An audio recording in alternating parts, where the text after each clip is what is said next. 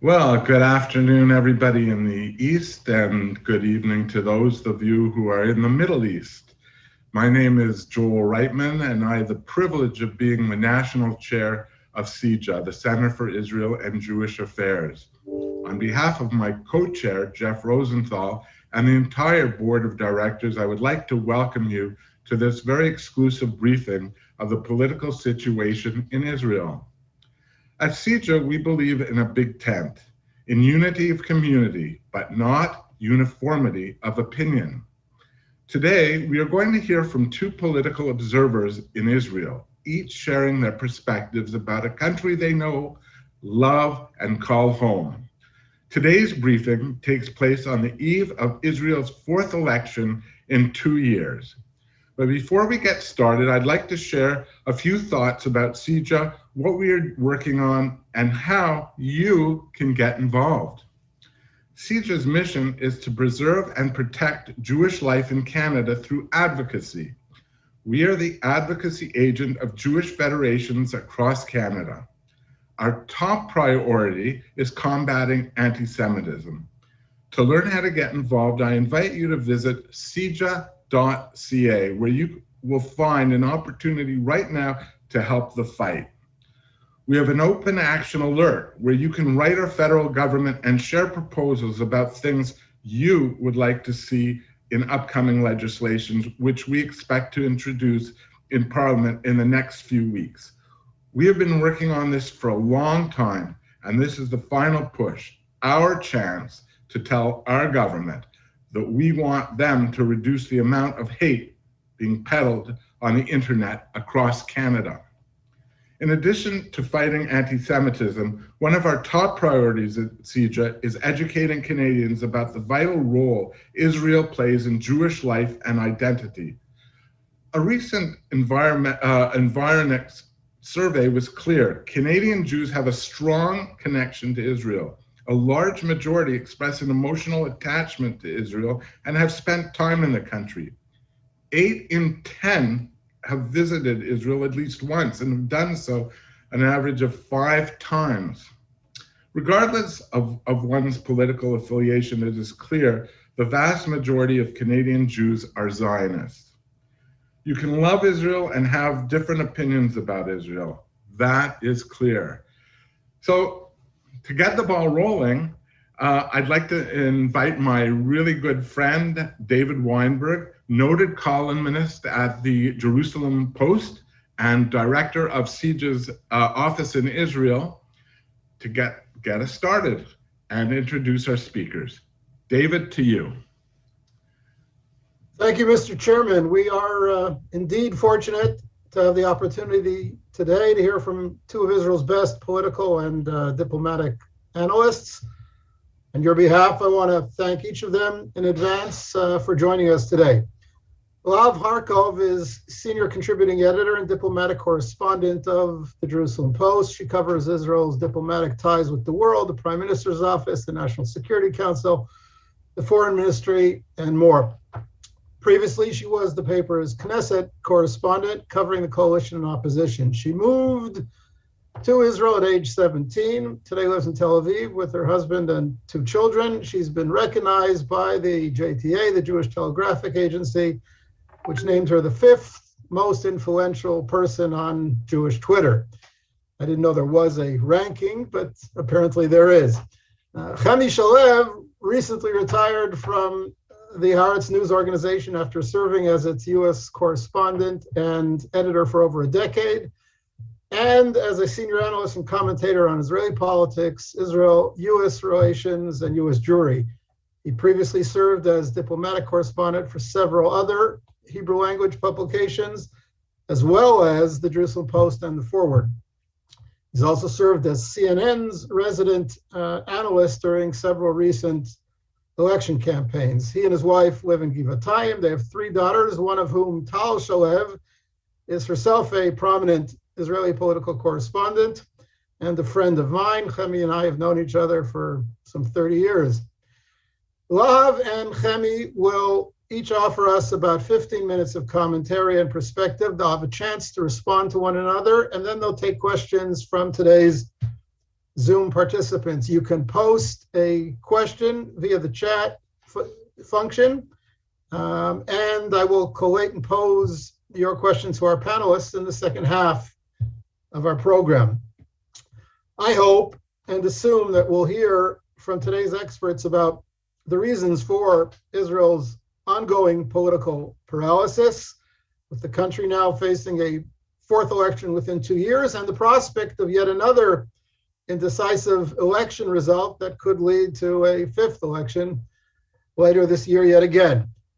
The Israeli election campaign, this campaign, is of course influenced by the corona crisis and its economic impact, by the emerging differences between Israel and the new American administration, the Biden administration, and by Prime Minister Netanyahu's ongoing legal challenges.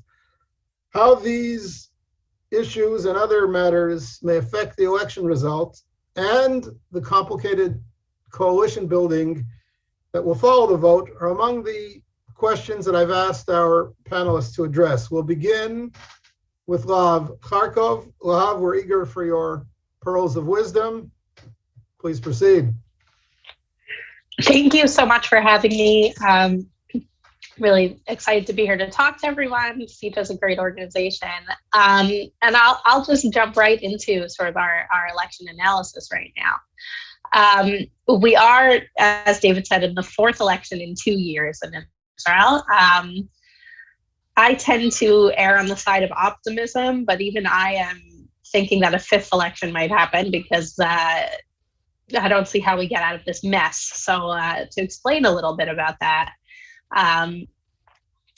there's, a lot of the polls are showing right now no clear coalition, whether it's a coalition led by Netanyahu on the right or a coalition on the center and left, which presumably would be led by Yair Lapid, whose Yesh Atid party is the second biggest after Likud.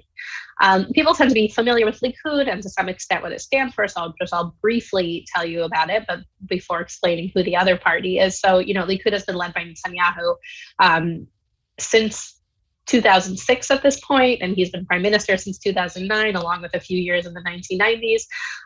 Netanyahu, in theory, believes in a much freer market for Israel. That's sort of his economic platform.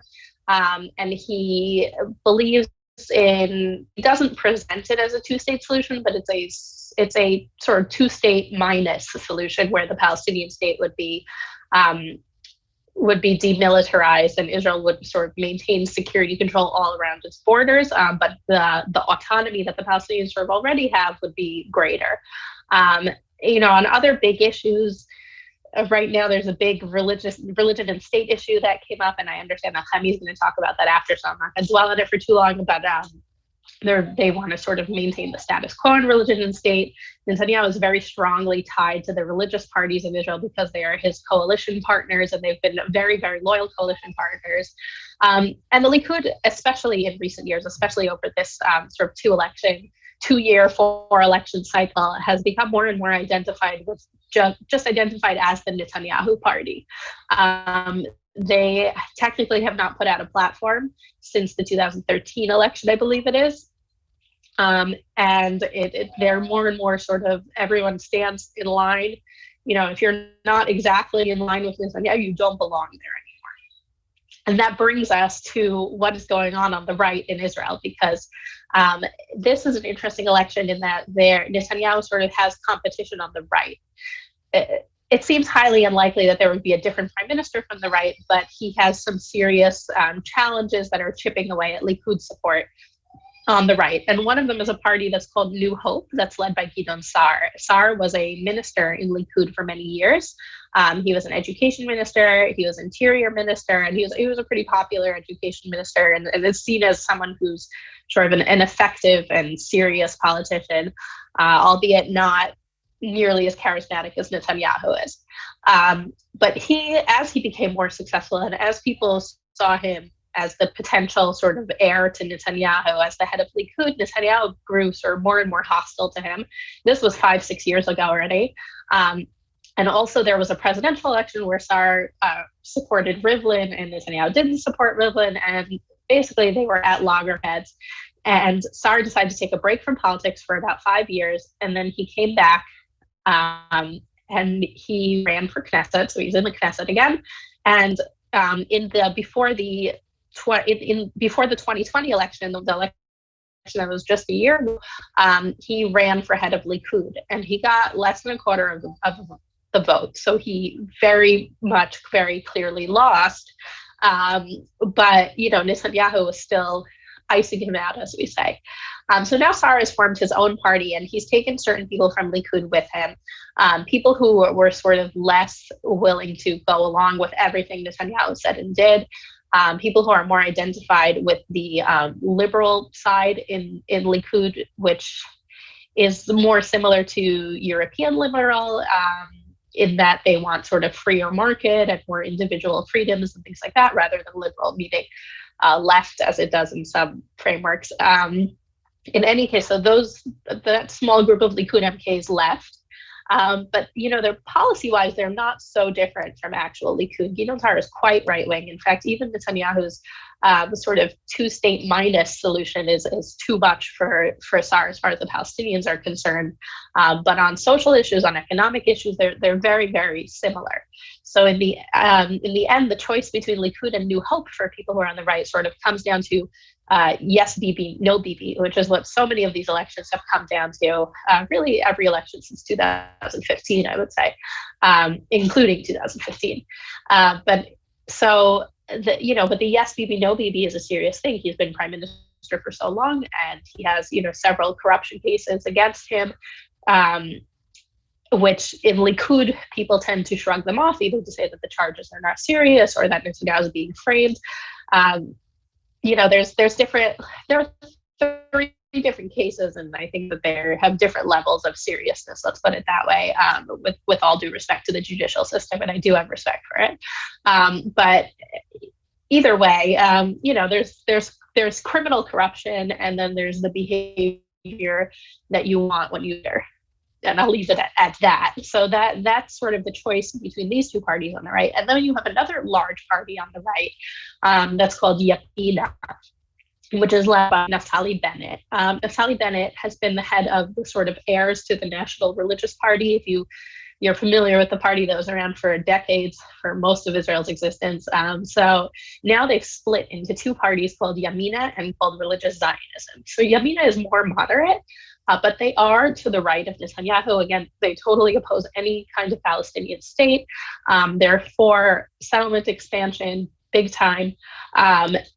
What's sort of new to Israel, not new to this 4-election cycle, but new in recent years to Israel, is that they have an almost libertarian economic view.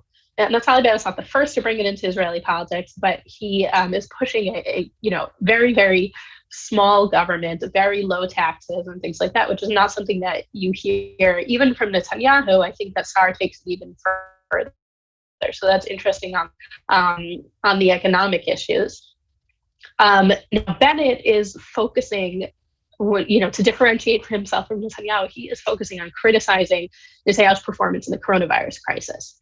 And coronavirus is the election issue, really. I mentioned the people's stances on the Palestinians and settlements and things like that, and people abroad often, those are the issues they think about when they think about Israel. But in this election right now, Israelis are thinking about their own everyday lives, which have been, struck by the pandemic like everyone else all over. So Bennett, when the pandemic struck, he was defense minister. Now, he was only defense minister for a few months because of all this political shuffling. But he was defense minister. He had a lot of ideas for how Israel should be responding, and his ideas were overall rejected. And then when he was fired as defense minister, because for all the political multiple election reasons that I won't get into right now, he started coming out against the government policies more strongly. He even published a book on what he would do. And he's campaigning really hard on this issue, which has been helping him. But on the other hand, Netanyahu is also campaigning hard on coronavirus because Israel has all these vaccines now. And, I wrote an article for the Washington Examiner, which I invite everyone to read sort of about why Israel has been so successful in its vaccine rollout. And I think that there are two reasons. I think that, to begin with, we had wonderful infrastructure for it. Israel has a really great health system. And we also have a very good emergency preparedness system through the army. And a lot of our doctors were trained in the army, and all those things together sort of helped be very prepared for a medical emergency in that way. But Netanyahu also, along with the health ministry, negotiated a very strong, a very good deal with Pfizer for Israelis to get the vaccines very, very quickly. And you sort of can't take that from him.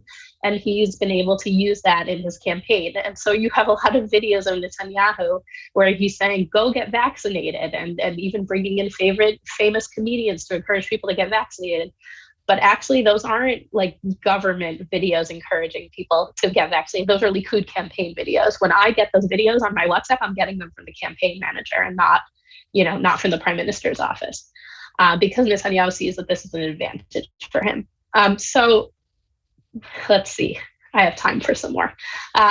Going further to the right, okay, you have the ultra-Orthodox parties, which I would say not a lot has changed with them, so I'm not going to dwell on them too much, but we have this other party called Religious Zionism, which is a block of 3 different parties on the extreme right. And they're sort of, one is more extreme than the other. You can decide where you want to put them on the spectrum, but the leader is Bezalel Smotrich. He used to be a Knesset member in Yamina. He is, he's an extremely effective lawmaker on settlement issues, just getting further sort of legal recognition for them, sort of piece by piece, pushing for more construction and things like that. He was also transportation minister briefly, but that's less of his campaign. And he has a history of controversial statements about Arabs, about gay people, although he has somewhat apologized for those. And he's running together with another party called Otzma Yehudit, which means Jewish Power, which is led by the student Rabbi Meir Kahana, who was briefly a Knesset member and then banned because of racist incitement. So they're definitely his students. They definitely have an ideology of trying to get all the Arabs to leave Israel. Not necessarily by violent means, that's not in their platform, but it's, the rhetoric is very anti-Arab. And then the third party is a party called Noam, which they present themselves as like the party of the traditional family, which I think not only in Israel is a euphemism for homophobia, which is what they're very much focused on, that they believe that there's sort of gay propaganda everywhere. So this is this sort of trifecta of extreme right-wing parties. Now, first of all, they seem to be passing the threshold in most polls, not by a lot, but they see that there'll be a small party of 4 seats in the next Knesset. Now, it must be noted that Netanyahu pushed these 3 parties to run together, because if they had not run together, they probably wouldn't make it into the Knesset, and then tens of thousands of right-wing votes would not have gotten them into the Knesset. But what I found interesting and sad is that in the first of this 4-election cycle,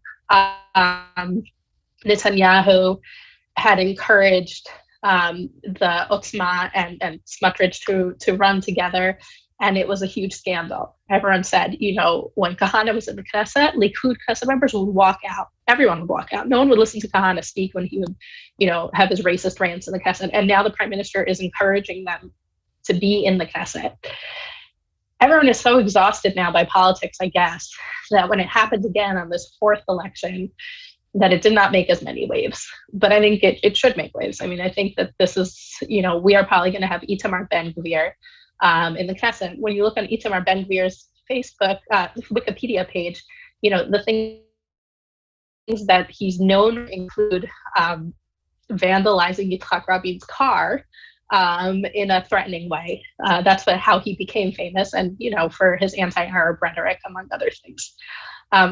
So that's more or less what's going on the Israeli right. I was told that I need to wrap up now, so hopefully Chemi will give some more about the Israeli left. I thank you, Lahav, and Chemi, the floor is yours. Please unmute yourself. Thank you. And, Thank you. Talking about the Israeli left, that something one does in a wake, I think. but I will get to that. Thank you for inviting me here. It is a special pleasure for me. I will tell you why, because probably most of you are too young to know. My father was ambassador to Canada between 1975 and 79. I have brandished this, see? That's my father with Justin's father. Thank you. There's a saying in soccer, in football, you play soccer 90 minutes and in the end, the Germans win. Meaning no matter what you think during the game, the result is always that the German team wins. And in soccer, it's usually true.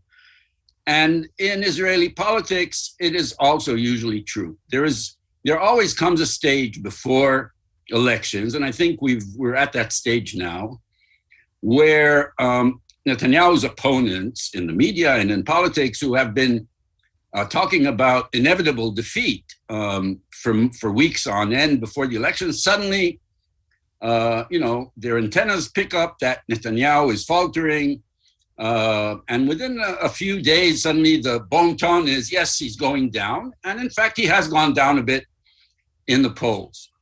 What usually happens, and in fact, what has happened time after time, is that either the polls don't tap a reservoir of of Bibi supporters, or there is a last-minute shift in his favor. Come election day, it starts out all rosy and optimistic for the center-left and ends up with Netanyahu remaining in power. That has more or less been the story for the past 3 elections that we're having. I don't know that we had in the past few years, and I don't know that it's going to be any different this time. So it depends what you take from the boy crying wolf. In the end, the wolf came, but we don't know when that will be. It is true that Netanyahu is going down in the polls. He got 35 seats. How much is it? In the last, he's down to 28 seats now. He does not have a majority of the parties that will automatically support him. He does not have a majority, and the most probable, even though it is highly outrageous scenario is, or perhaps at least as probable as the others, is that Netanyahu once again won't achieve the majority that he wanted, but his opponents who may technically have a majority are unable to come up with a coalition either, mainly because the right-wing part of the Netanyahu opposition won't countenance a coalition with the Arab Joint List, and therefore, even though you can technically count a majority, it's a majority that can never get together. And therefore, it's quite possible that Netanyahu will remain leader of the Likud, will remain interim prime minister. Maybe there'll be some, attempts to form a government, and we'll be back to where we started. I'm not saying that this is what's going to happen, but let's say that's the most familiar of territory for us. The other 2 scenarios are radical. One is that Netanyahu does get his coalition of 61. And when I say coalition of 61, that includes the Likud, the ultra-Orthodox parties, the ultra-right-wing party that Lahav mentioned, and Naftali Bennett. This is a coalition, this is a right-wing coalition that Netanyahu hopes will actually stop his trial and get him off the hook and make him a free man, not one theoretically facing prison. And I don't think there should be any misconception about the reason why we've had 4 elections in the past 4 years. It has nothing to do with political instability or with differences between the sides. And it's quite simple to prove, because if you take Netanyahu out of the equation, you would have a stable 60 to 70 member right-wing coalition. You could have had it a 65-member coalition in the outgoing Knesset, and the way things are going with Saar in the ring, you could get 70, 75. So this is very ironic. On the one hand, the center-left dreams about ousting Netanyahu. That's what it's been dreaming of. On the other hand, if Netanyahu is ousted, the road will be paved to the most right-wing government in Israeli history. Because don't forget, at least three of the fiercest opponents to Netanyahu, and I'm calling here former Defense Minister Bogi Ya'alon, Avigdor Lieberman, Gidon Sa'ar, they used to be considered on the right of Likud. It is only by virtue of their opposition to Netanyahu that they have suddenly been seen as part of a center-left camp. Once Netanyahu is gone, that's over. And the coalition, the natural coalition of Likud and right-wing parties and the ultra-Orthodox will come back. And in fact, it seems will come back maybe even bigger than before. One of the reasons that it will come back bigger than before is that the left, which has been slowly weakening for at least a decade or two, is now in a state of total disarray. I assume most of you know why. The name is Benny Gantz, who led Kahol Lavan, the main opposition party, reached a tie of sorts with Netanyahu and then joined his government. Now, it's not that joining his government was such a sin, but given that that was his main campaign promise, what happened was that Kahol Lavan imploded and is now, some of it is back in Yair Lapid, which is the biggest party on the center left, and the rest of the voters are wandering all over the place. Some of them are moving to the right because they want to support, say, for example, Gidon Sa'ar, who now seems to many people to be the most, potentially the best candidate with the best chances of unseating. And they may never come back to the left. And so I don't know if Netanyahu is going to get reelected, but I think it's fair to say that his achievements in cutting off his opposition, in cutting up his opposition, in rendering it impotent, I don't think it was a masterstroke of drawing Benny Gantz in and by then causing the center left to explode.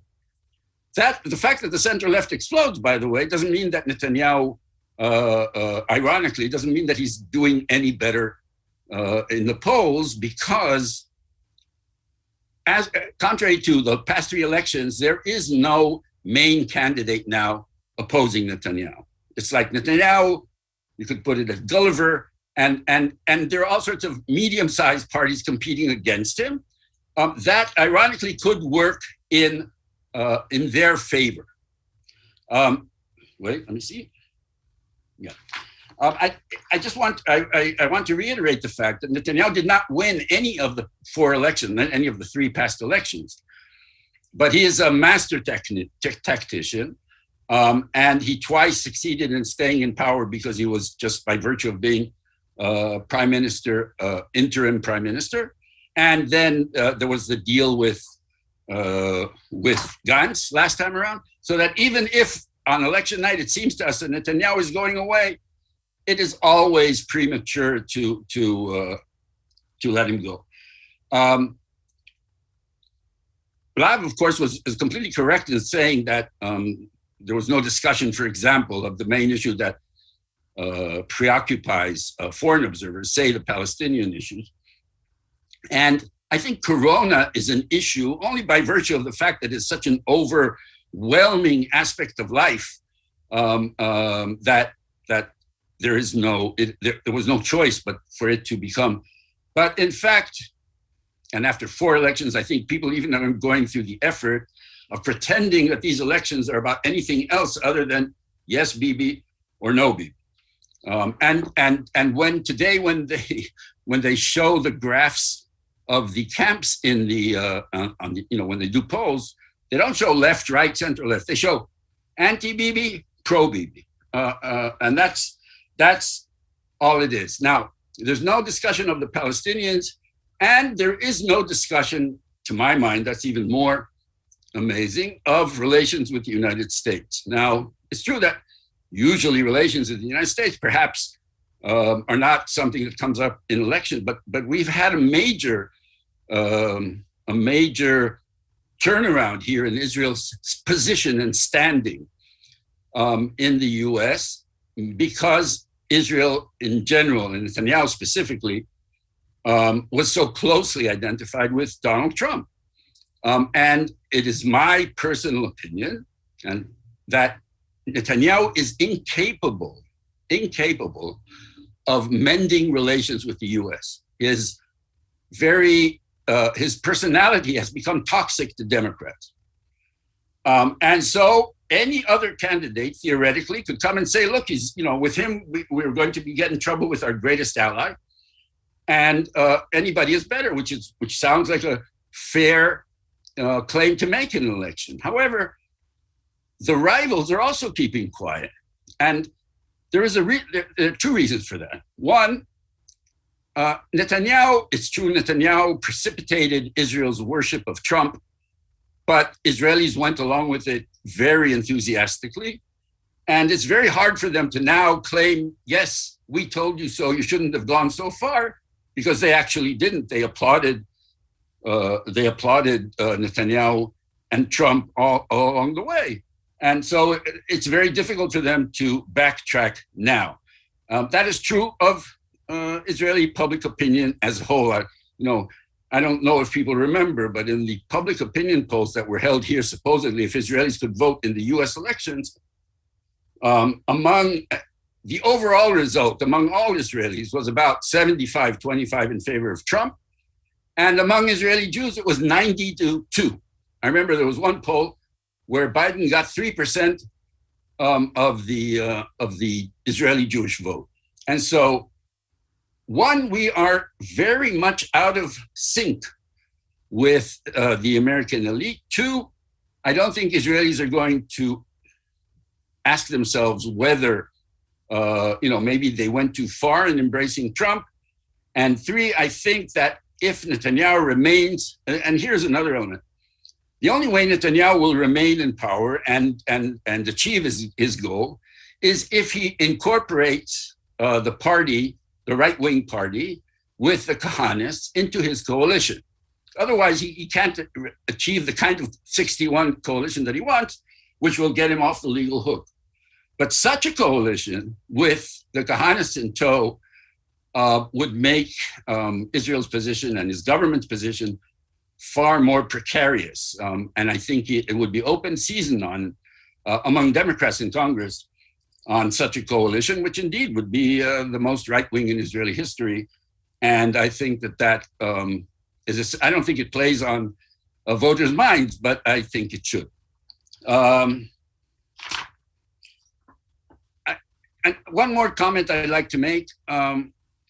This is the most disengaged elections we've ever had. It's very hard to tell. First of all, by my own anecdotal experience, even among people who I consider to be it's not their profession, but it's certainly their hobby, to talk about politics, I have never seen such a fatigue. And when if I venture something about the elections, they all look at me as if I'm a lost case. And a lot of people are not paying attention. And as a result of that, most of the polls show there are about 20% of the voters who haven't made up their mind. Now, some of these voters may never make up their minds and simply not go to vote, and we'll only find out on election day. A lot of them may make up their mind at the last minute. And there is one source of optimism for the center left in that the pollsters claim that among those that have yet to make up their mind, there are more people who are deliberating between parties opposed to Netanyahu than those supporting him. So the results, they're like completely unknown. But if we wake up on the morning after elections and we're in the exact same situation that we were, we will not be surprised. I don't know how much time I have left because I would like to make another comment. I think we should also, first of all, note that there is also a splitting in the Arab Party. The Islamist wing of what was called the Joint List has left the Joint List, is running on its own, and has gotten embroiled in contacts or some sympathies, say, that were shown from Netanyahu and the leader of the Islamist wing, Mansour Abbas. So they've broken up, they've broken away from the party. And therefore, the expectation is that the Joint List will not repeat its performance of the last elections, and the center left will suffer. The main thing, this is my final comment, the main thing that people will be looking at on election night is, are there lists that did not pass the threshold of 3.25%? Because if a list did not, if one of the lists that were supposed to pass the threshold did not pass the threshold, all bets are off, all the calculations are, you have to restart them. It is a disaster for the camp to which they belong. If Meretz doesn't pass, if Gantz doesn't pass, although Gantz, it's not really clear what camp he belongs to anymore. If Yamina doesn't pass, which seems highly unlikely, and if the right-wing Kahanis party, Smotrich Kahanis party doesn't pass, this will be a disaster for Netanyahu. So that is the first thing that we have to see on election day. And there's some, and all of these parties, by the way, are hovering near the threshold. So it could very well happen. And for then, if that happens, if one of these parties doesn't pass the threshold, you can regard whatever I've said, at least, as theoretical, because we'll be in a completely new ball game, and one side or the other will have probably gained a decisive result, something which we haven't seen up until now. Thank you. Okay, thank you, Chemi and Lahav, for those really detailed and provocative presentations. Can I ask Lahav if there's any remarks that you want to make following on things that Chemi said, and then we'll move to questions from the audience. We have a very active and involved group of participants today. I'm deluged with questions here. We'll try to group some of them together and get through as many of them as possible. So I thank participants in advance for their questions, and now is the time to pose additional ones through the function at the bottom of your screen. Lahav, any wrap-up remarks? Yeah, I just think we haven't spent any time talking about Yair Lapid, and while it's not a topic for an in-depth ideological discussion, I think it's just worth sort of telling the audience a little bit about who he is, because Yesh Atid is the second largest party, and so if there's anyone who could theoretically unseat Netanyahu in this election, it would be Yair Lapid, the leader of the Yesh Atid party. So I'll just give people a little background that Lapid entered politics in 2013, but he was a really prominent and well-known Israeli before that.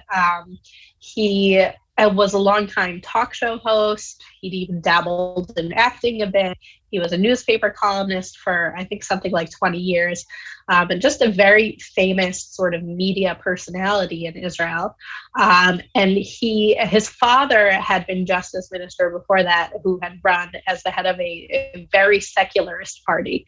And Lapid shares some of those positions with his father. What inspired him to jump into the political ring were the social protests of 2011, where there were a lot of protests about the cost of living. And so at the time, he was very focused on economic issues as well, and he became finance minister.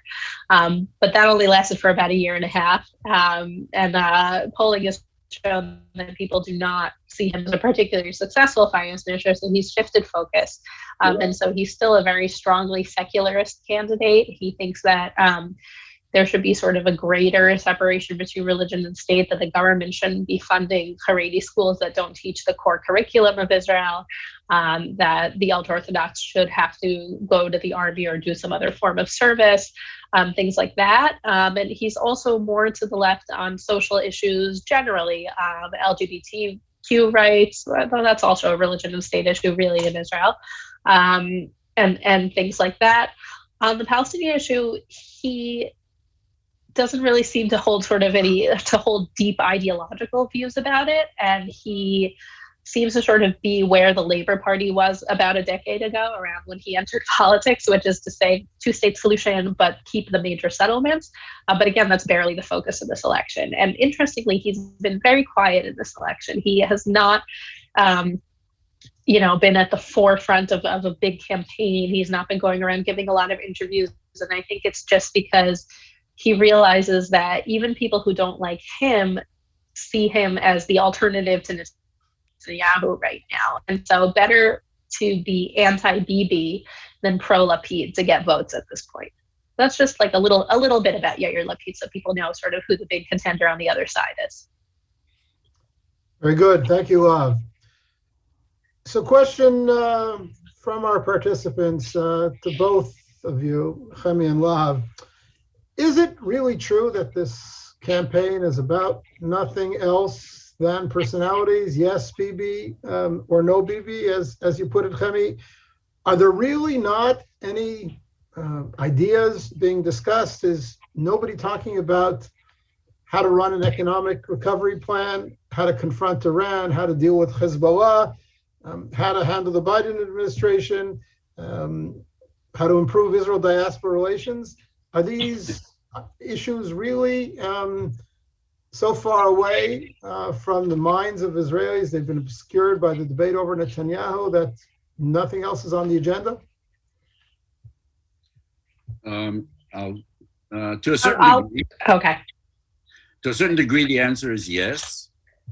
Of course, there is still the backdrop, or still the foundations of Israeli politics are still in place. The right, for example, on the right, what we call the Bibi camp and the right in general, is still, of course, much more hawkish, and is, I think, even more importantly, united by its sense of resentment.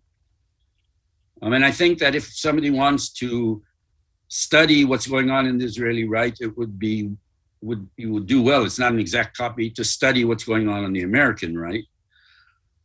We are a less extreme and less outlandish, perhaps, version of what Trump and the Republican Party are going through is happening on the Israeli right. And I include in that cult of personality and increasing reliance on resentment, rather than say we did well, we didn't do well. And also, it's very difficult to today say in economic policy. There are people of both stripes on both sides, so it's very difficult to. There is some discussion of Iran, but very little, because 80% of the public opinion supports Netanyahu, and therefore there's not much discussion. So the answer is yes, it's all Bibi, but there's a lot of backdrop. Lahav? Yeah, I think it's worth sort of noting that if you take all of the parties that were in Netanyahu's coalition between 2015 and 2019 and their offshoots, they add up to about 80 out of 120 Knesset seats in these polls, which means that 80 out of 120 Knesset seats, and again, it's in the polls, so it might be a little more, it might be a little less, but the vast majority of the Knesset are going to be people who are not that different in their positions from the Netanyahu coalition of recent years. So, like Chemi said, when it comes to Iran and Hezbollah, it's a very, very tiny minority that objects to those policies, at least vocally, and the left just doesn't see it as what they need to focus on. I do think that virus policy has come up big time. I do think that a lot of people are focusing on that. A lot of businesses were just allowed to reopen, but we've had so many different lockdowns, so many aspects of life that were just closed, and high unemployment. So a lot of people are talking about that. And there's also been a spate of leaks from cabinet meetings, sometimes even in the middle of the cabinet meetings, which is crazy. I mean, as a journalist, I'm pro-leak, but it seems excessive. That just shows total dysfunction. People shouting at each other, not, just sounding ridiculous. And, so the people who are not currently part of that government are really able to sort of criticize, they have a lot of material to criticize them on. But I don't think that this is an election that's particularly ideological because, so many of the parties are just on the ideological right. The ideological left is very tiny, and the center is not ideological. So that's where it takes us.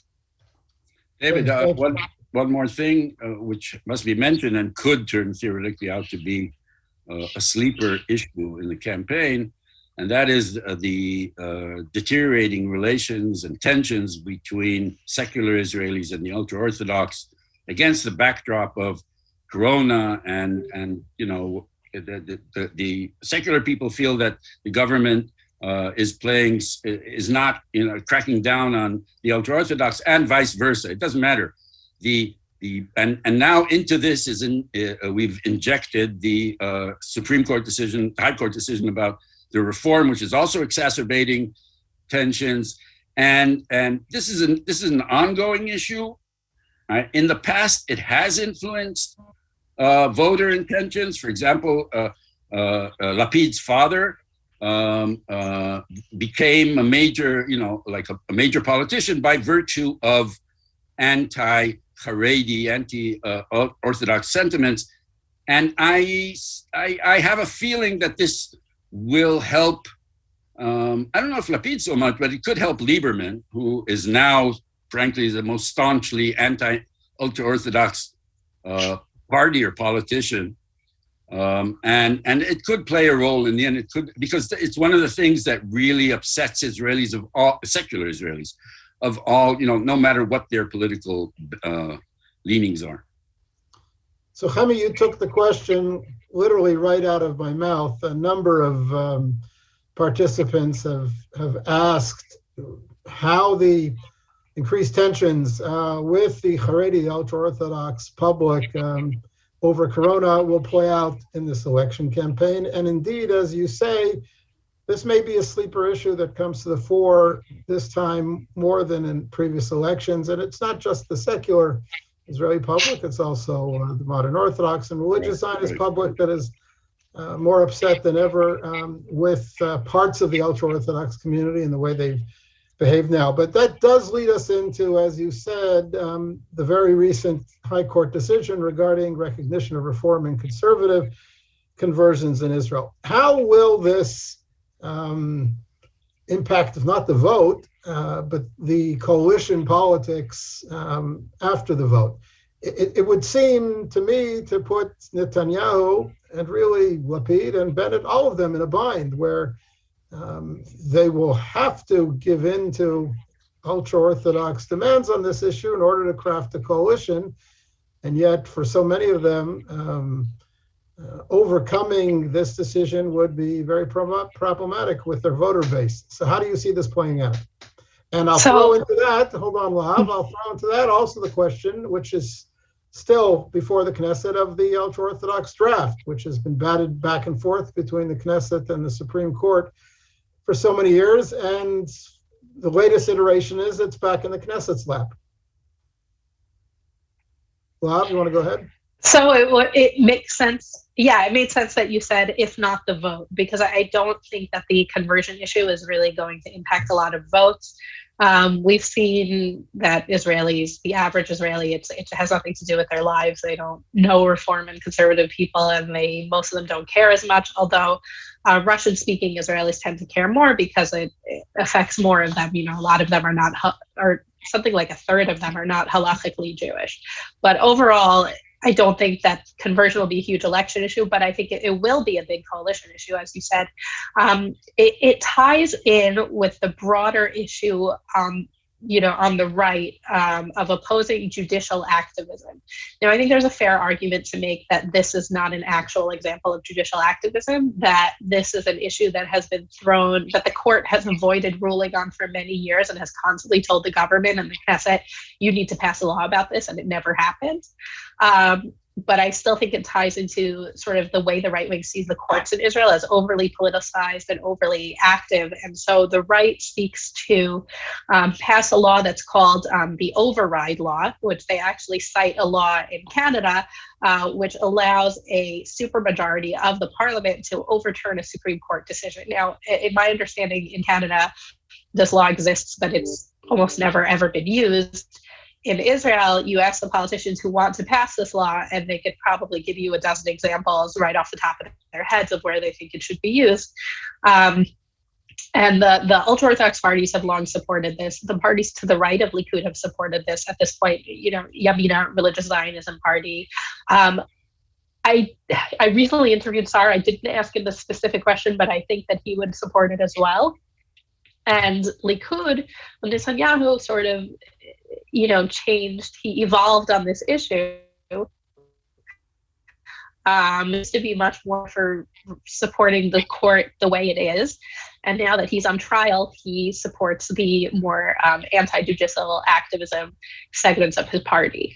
And so if there's a fully right-wing coalition, as the Likud has been calling it in their campaign, then there's a good chance that a law like that will pass and they'll be able to override the conversion thing. But if there's a different kind of coalition, then I think that it will be a point of tension within the coalition. If the ultra-Orthodox are in whatever coalition that may be, they'll probably demand it. But also someone like Naftali Bennett could very well demand it, even if the ultra-Orthodox are not in the coalition. So I expect the judicial activism issue to continue to be a hot one in the Knesset, even though, again, I think it's an issue that's more sort of wonky and that the average Israeli doesn't think that much about. Chemi, you want to respond there? I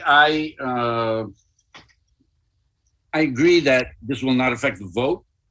I differ a little bit from Lahav in that I think that this will cement the alliance between the ultra-Orthodox and Netanyahu for the simple reason that they realize that only Netanyahu can deliver the kind of change to the law, either directly the conversion law or the overriding law, and that therefore, and this is now in their circles, it won't affect the vote because they're all going to vote anyway for the ultra-Orthodox parties, but it is something that is a major issue now in public opinion among the ultra-Orthodox. And therefore, I think it just makes, it cements the ties between them. It's certainly true of Netanyahu that that he must have the ultra-Orthodox in his coalition, because without them, there is no chance that anybody will agree to legislate the kind of laws that he needs. And therefore, I think the only way that we will get the laws changed is if there is a big Netanyahu victory. Anything else, I think that you will see efforts to sort of maybe legislate the status quo, try to just make this issue go away, which is something that I think Saar and even Lapid would be more willing to accommodate. I don't see a coalition that is not a purely right-wing coalition meeting the ultra-Orthodox demands on this. Okay, thank you. We have only about 5 minutes, so I'm going to ask a series of very short questions, and I'd appreciate short answers from both of you so we can cover maximum territory. Number one, to what degree has Netanyahu benefited from the Abraham Accords? To what extent has his candidacy been boosted by the new peace treaties with Bahrain, UAE, Morocco, Sudan? Chemi, short answer? Short answer, it's benefited a lot. It's benefited him a lot. Arguably, it's also, from the Israeli public opinion point of view, it's the most tangible achievement of the Trump administration, of the friendship. The Dubai, it was tainted a bit, perhaps by the fact that the government and the media seem to encourage mass migration of Israelis to Dubai in the immediate aftermath of the signing. And unfortunately, a lot of them came back with Corona, and that is sort of tainted. But I think that's only a plus for Netanyahu. I don't see the minus in that. Lahav? Yeah, I agree. And I would just add to it that it has played a role in hurting the joint list. That polls show that Israeli Arabs view the Abraham Accords overwhelmingly positively, which makes sense because I think there's a lot of opportunities for them there. And the joint list voted against it. And Netanyahu was actually campaigning hard in the Arab sector. And Likud is very optimistic, and they think that they could get even 2 or 3 seats out of Israeli Arabs. I don't think that they're going to get that much out of it, but if they get, thousands of votes, then that's, every vote counts. Indeed, if we had more time, I would drill down on that issue, because it's not clear to me how Netanyahu's courting of the Israeli Arab vote now reconciles with his past statements or with the views of much of his supporter base. But we'll put that aside for the moment. Why does it? You're not into the new kind of politics where there is no need to reconcile anything with anything. Sort of an existentialist kind of politics. Okay. Whatever Netanyahu says, that's what his movement believes in for that day.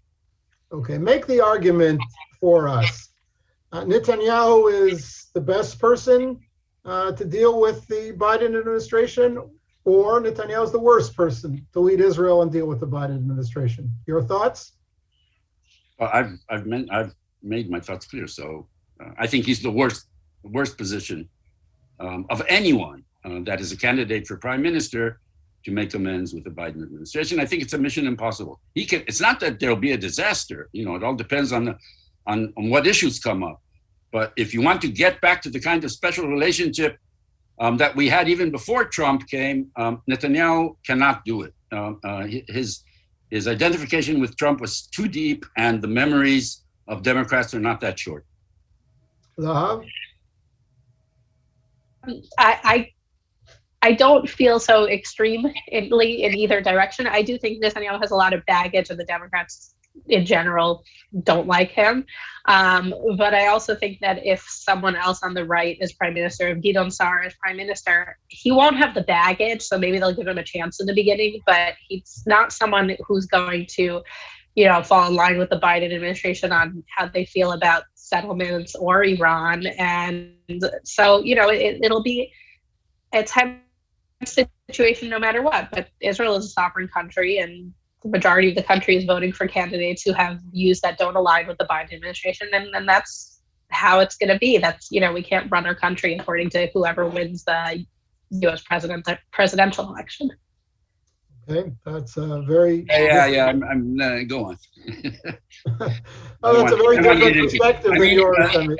I'm not. I'm just saying that I don't think we should get into this debate right now. I'm just saying that I don't think any Israeli will vote based on whether Netanyahu's ability to amend relations with the U.S. or not. I'm just saying that, objectively speaking, as of this minute, it would be the most he would have the most difficult time. I don't see him overcoming.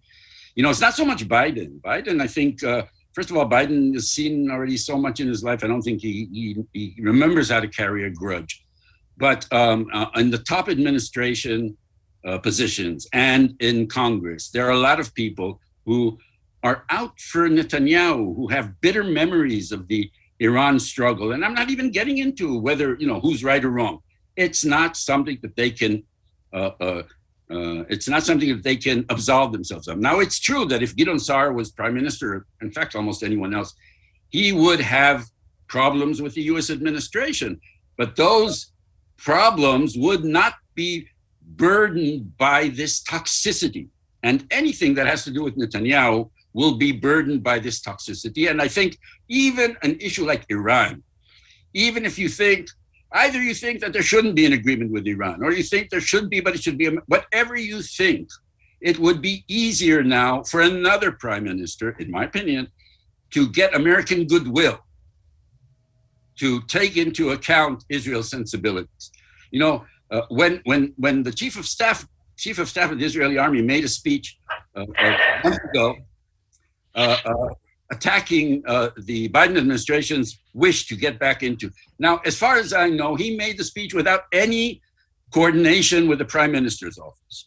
It was, he thought it's my duty as chief of staff, but that's not the way it was received in Washington.